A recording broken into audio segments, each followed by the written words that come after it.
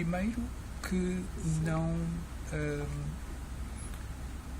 não se preocupe muito, porque vai aprender com o trabalho. E no início ninguém sabe nada. Isso era o primeiro conselho, de facto, que eu gostaria de dar, ou se tivesse que dar a alguém. Não, por muito preparado que venha, por muitos cursos que tenha feito, quando começa é do zero. E, portanto, que não se preocupe.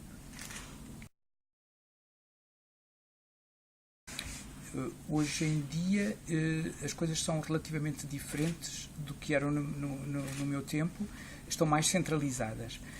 No meu tempo eram publicados concursos nos jornais e era através dos jornais que nós tínhamos conhecimento. Hoje em dia está tudo centralizado num portal da União Europeia que se chama EPSO e onde os candidatos ou potenciais candidatos se inscrevem e recebem informações sobre todos os concursos que se venham a realizar e que lhes interessem. Portanto, é uma inscrição temática.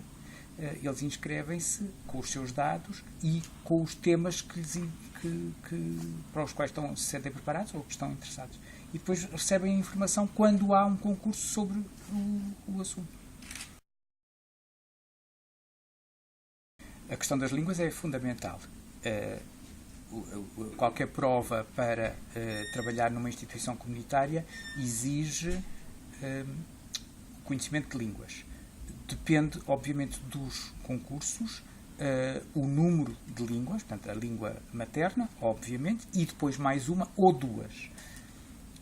Exceto no caso da tradução, em que as duas estrangeiras são obrigatórias, sempre.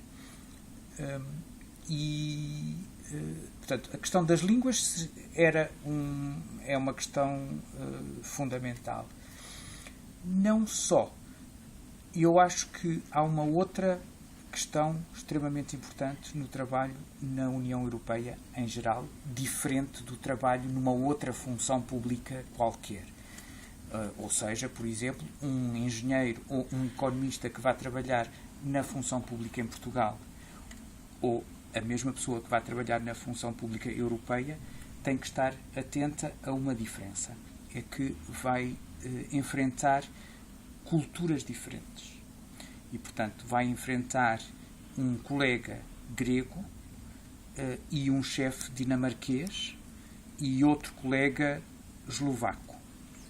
E, parecendo que não, a questão cultural é fundamental. Tem que ter em conta que há diferenças abissais e, portanto, tem que lidar com elas. Não se pode chocar com estilos mais permissivos, mais estritos, tipos de humor diferentes, que as pessoas, se não estiverem preparadas e abertas, podem chocar-se inicialmente, ou mesmo ao longo da sua carreira profissional. Isso é sempre das perguntas mais temidas por alguém que se interessa por qualquer atividade artística. Qual o seu favorito? Porquê? Porque há uma diferença muito grande entre o favorito e o melhor. E as pessoas têm, muitas vezes, tendência a confundir as duas coisas. O melhor filme do mundo pode não ser o meu favorito. O meu favorito pode não ser muito bom, mas não deixa de ser o meu favorito. Eu dou um exemplo em que vou falar do meu favorito. O meu filme favorito é um filme de um realizador italiano chamado Visconti e o filme chama-se Senso. É um filme que trata de um episódio da história italiana na época, no século XIX, na época em que a Itália não existia ainda, eram vários reinos e alguns pedaços de Itália pertenciam a outros países. O filme passa-se em Veneza, que estava sob domínio do Império Austro-Húngaro, e há, portanto, esta luta, sublevação dos italianos de Veneza para se juntarem às tropas do Piemonte, que era o reino que estava a liderar a unificação italiana. É uma história de amor.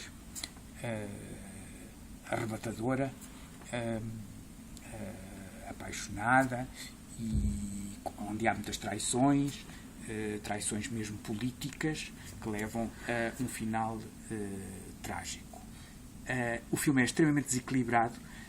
Normalmente, quando se fala de Visconti, pensa-se no Leopardo, que é o grande filme do Visconti. É um filme magnífico também, provavelmente muito melhor do que o Censo. No entanto, o Censo, para mim, é um dos primeiros filmes, se não o primeiro filme que eu vi do Visconti. É um filme pelo qual eu tenho uma ternura imensa. É também um filme sobre a história da Europa. Ou seja, falando de um episódio muito concreto, fala, no fundo, de uma tentativa de unificação de um país. E o que é a história da União Europeia, senão a tentativa de unificação de um continente? Há quem diga que não, quem inclusive não o pretenda. Mas eu, por exemplo, apesar das derrapagens recentes da União Europeia e das coisas muito complicadas que têm acontecido, acho que é um projeto que ainda hoje pode ser visto de uma forma extremamente positiva. E eu acho que já atravessou por várias fases complicadas, e eu acho que vai ultrapassar esta. Está na nossa mão fazê-lo. E nestas gerações que dentro de uns dias, vão votar. Ou seja, era uma coisa que era útil que as pessoas, que os jovens percebessem que está nas mãos deles mudar. E, portanto, há uma atitude muito característica hoje em dia de baixar os braços. Não gostamos dos políticos, viramos as costas. Isso é o pior. Isso é o que eles querem que se faça. E não. Não gostamos deles, vamos tirá-los dali para fora. E como tiramos? Votando.